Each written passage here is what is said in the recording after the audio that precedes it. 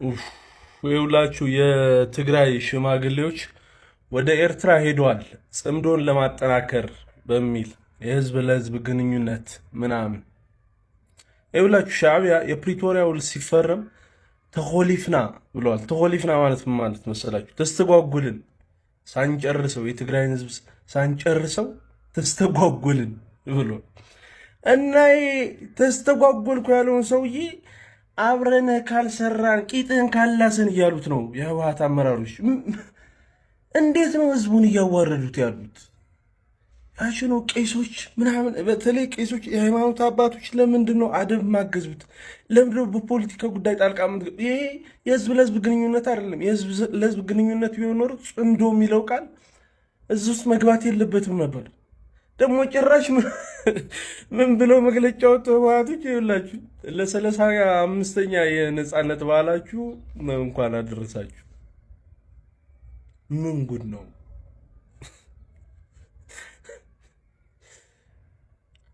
ይኸውላችሁ ከዚህ በፊት ብዬው ነበረ፣ ለኢሳያስና ለጀማው ነው ሀገር አሳልፈው የሰጡት። ለራሳቸውም ተመሳሳይ ካርድ ለመሳብና የእሱን ሌጋሲ ትግራይ ውስጥ ለማስቀጠል ነው አሁን ደግሞ ይጣጣሩ ያሉት። እፍ እናድርገው ሂደው ዘመድ አዝማድ ከላይ ሆነው እየገዙን እንደ ኢሳያስ ባሪያ አድርገውን ይኸው 35 ዓመታቸው የኤርትራውያን የቤታቸው ቀለም እንኳን መቀባት አይችሉም፣ ቤታቸው ማደስ አይችሉም ቀበሌ ካላስፈቀዱ በስተቀር። ይኸውላችሁ ቀልድ ሊመስላችሁ ይችላል፣ ባነር የለም ኤርትራ ውስጥ። አያችሁት? ይሄ ጽምዶ ምናምን የሚለው ጽሁፍ በአቡጆዲ ላይ በቀለም ነው የተጻፈው። ይሄ በደርግ ዘመነ መንግስት የቀረ ማለት ነው ሀሳብ።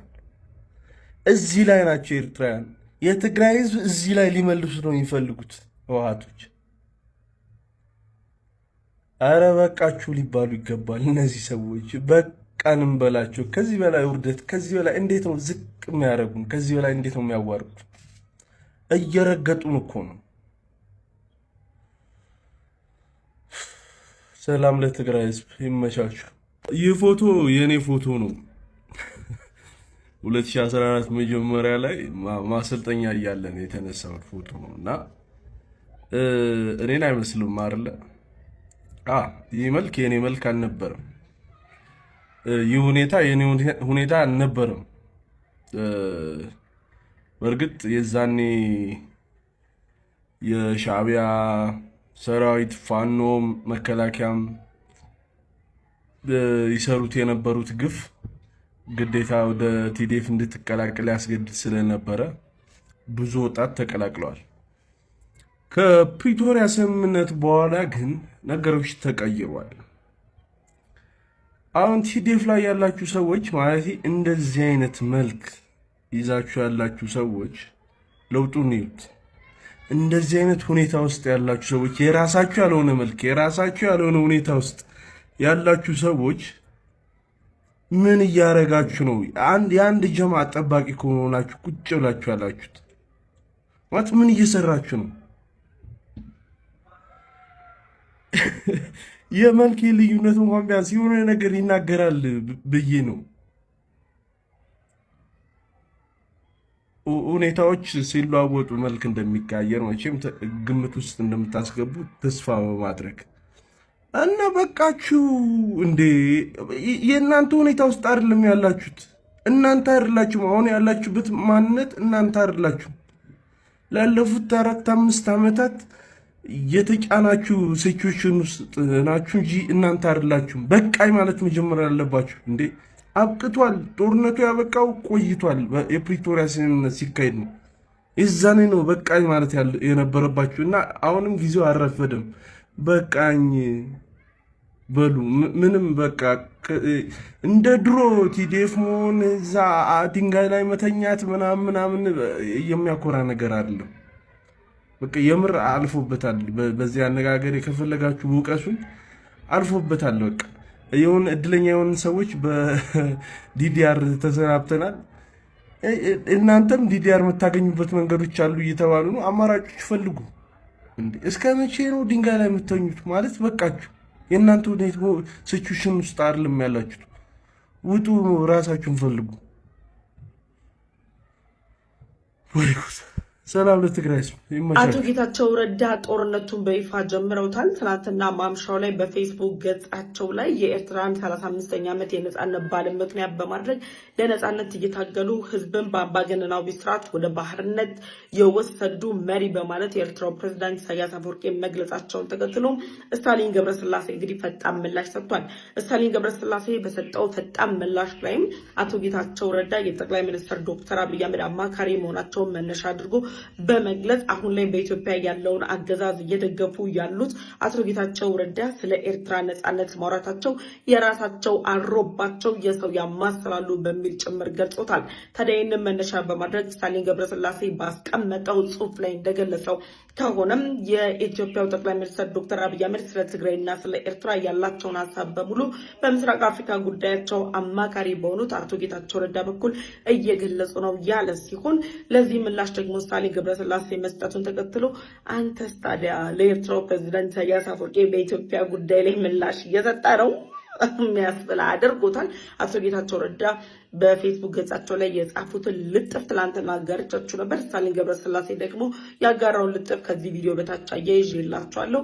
ኢትዮጵያ ውስጥ ያለውን አምባገነናዊ ስርዓት በማለት የገለጸው ስታሊን ገብረስላሴ የተባበሩት መንግስታት ድርጅትን ጨምሮ ሌሎች ዓለም አቀፍ ተቋማት እንደ አምነስቲ ኢንተርናሽናል፣ ሂውማን ራይትስ ኮሚሽን፣ ሌሎች ዓለም አቀፍ የሚዲያ ተቋማትም ሆኑ ሌሎች የሰብአዊ መብት ጥሰት የሚከታተሉ ተቋማት እንደገለጹት ከሆነ በኤርትራ ያለው አሁን ላይ ዘመናዊ ባርነት መሆኑን እየገለጹ ባሉበት በዚህ ወቅት ላይ አምባገነናዊ ስርዓት የለም፣ በነፃነት ነው የምንኖረው። ማንን ነው የምትፎግረው?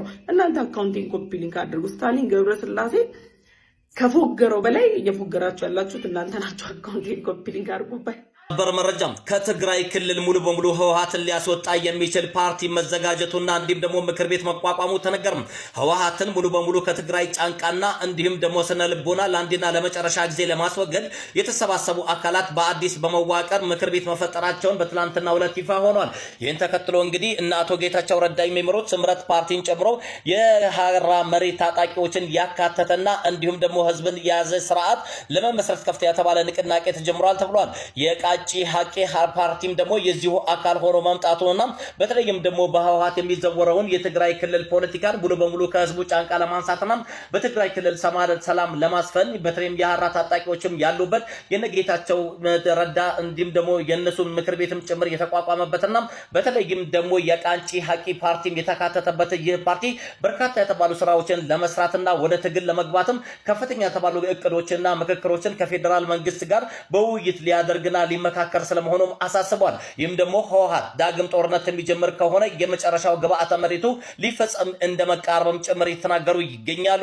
ትግራይ ነጻነት ፓርቲ ለሁለት መከፈሉንም ጭምር ምርጫ ቦርድ ያሳወቀበትና ግንቦት 9 2018 ሌተናል ጄኔራል ጻድቃን የሚመሩት ፓርቲ ፕሬዝዳንት ዶክተር ደጀን መዝገቡንና ምክትላቸውን አቶ አለም ሰገድን አረጋይን መምረጡን ተከትሎ በትግራይ ክልል የሚገኙት የፓርቲው ተወካዮች ይህንን ቅሬታቸውን አቅርበዋል። በምንም አይነት ሁኔታ ላይ እነዚህ አካላት እኛን አይወክሉም ያሉ ሲሆን ከዚህ ጋር ተያይዞ በርካታ ቅሬታዎች ተነስቶ በዚህም ደግሞ ምርጫ ቦርድ ላይ ህጋዊ ሰውነት የነበረው የነጻነት ፓርቲ የትግራይ ነጻነት ፓርቲ ለሁለት መሰጠቁን የሚያሳዩ ምልክቶች ታይተዋል። ታዲያ ከዚህ ጋር ተያይዞ ከዚህ በፊት እንደምታውቁት ማለት ነው ህወሓት ባይቶናና አዴፓ ከምርጫ ቦርድ ህጋዊ ሰውነት ማጣታቸው ኦሮሚያ ክልል ሰሜን ሸዋ ዞን ወረ ጃርሶ ወረዳ በተለምዶ ኦነግ ሸኔ የሚባለው የታጣቂ ቡድን በሰነዘረው ጥቃት 6 ሰዎች ተገድለዋል፣ አባትና ልጅን ጨምሮ ማለት ነው። በተጨማሪም የ6 ቀበሌ ቤቶች ተቃጥለዋል። 150 የሚሆኑ የቀንድ ከብቶች ተዘርፈዋል። 100 ኩንታል የሚገመት እህል ተቃጥሎ ወድሟል። በቁጥር ያልታወቁ ብዙ ሰዎች ታፍነዋል። ከነሱ ውስጥም 1 ሚሊዮን ብር ከፍለው ከእገታ ነፃ የወጡ ሰዎችም አሉ የሚል ዜና እየሰማን ነው። ሸዋ አካባቢ የሚንቀሳቀሰው የኦነግ ሸኔ አንዱ ክፍል በባለፈው ዓመት በጃልሰኝ የሚመራው ቡድን ከመንግስት የቀረበውን የሰላም አማራጭ ተቀብሎ በሰላም ለመታገል ወደ ከተማ እንደገባ አይተናል። ብዙ ነገር ሲሰጣቸው ብዙ ነገር ሲደረግላቸው የተመለከተነው ጉዳይ ነው። አሁን እዚህ አካባቢ እየተንቀሳቀሰ ያለው ሸኔ የትኛው ሸኔ ነው? ተደጋጋሚ ጥቃቶችን እየሰማን ነው። ተደጋጋሚ አፈናዎችን እየሰማን ነው። ተደጋጋሚ እገታዎችንና ተደጋጋሚ የሆኑ ጦርነቶችን እዛ አካባቢ እየሰማን ስላለ መንግስትም ይህንን ነገር ለማስቆም ምንም አይነት እርምጃ እየወሰደ ስላልሆነ ነገሩ ሌላ መልክ አለው ወይ የሚል ጥርጣሬ በህዝቡ ዘንድ እያደረበት ስለሆነ ይህንን ነገር እውነት መንግስት እንዴት ነው የሚመለከተው? እርምጃስ የሚወስደው መቼ ነው? ይሄ ነገር የሚያበቃውስ መቼ ነው? በዚህ በኩል የመንግስት ሰዎች ሀገሪቷ ከዳር እስከ ዳር ሰላም ናት ይሉናል። በዚህ በኩል የእገታ ዜና እንሰማለን። በዚህ በኩል የጦርነት ዜና እንሰማለን። በዚህ በኩል የጦርነት ስጋቶች ያንዣብቡብናል።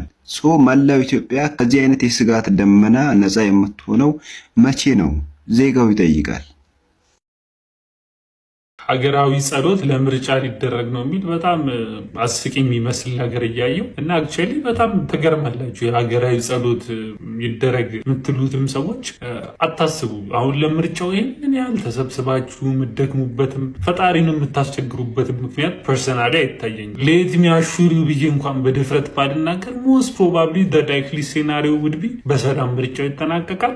ከዛ ደግሞ እንግዲህ ብዙዎቻችን እንደምናስበው ያው የሚያሸንፈው አካል ያሸንፋል ማለት ነው እና እዚህ ሁሉ ግን እንትን ከምትሉ እግረ መንገዳችሁን ለዛ ከተሰበሰባችሁ አይቀር እስቲ ለሌላ ነገር ጸልዩልን። አሁን እንደው ጌታ በምድረ በዳ ለእስራኤላውያን ምንጭ እንዳፈለቀ ለእኛ ደግሞ ነዳጅ ነገር እንዲያፈልቅልን፣ ለዚህም ከምግብ ጋር ተያይዞ አንዳንድ ለሚነሱ ችግሮች መናም ነገር ቢሆን ከሰማይ እንዲዘንብልን ይህንን ጸልዩልን እንጂ ላይክ በጣም ትሪቪያል ለሆነና ሞስት ፒፕል በሰላም ይጠናቀቃል ብሎ ለሚያስቡትም ፕላስ ደግሞ ምን ይመጣል ላይክ ጋይስ ፕሊስ ባካችሁ እኛ ለምን ክፉ ታናግሩናላችሁ? እንደው ብትጸልዩ ስንት የሚጸለይለት ነገር እያለ ኧረ ባካችሁ እናንተም ተውን።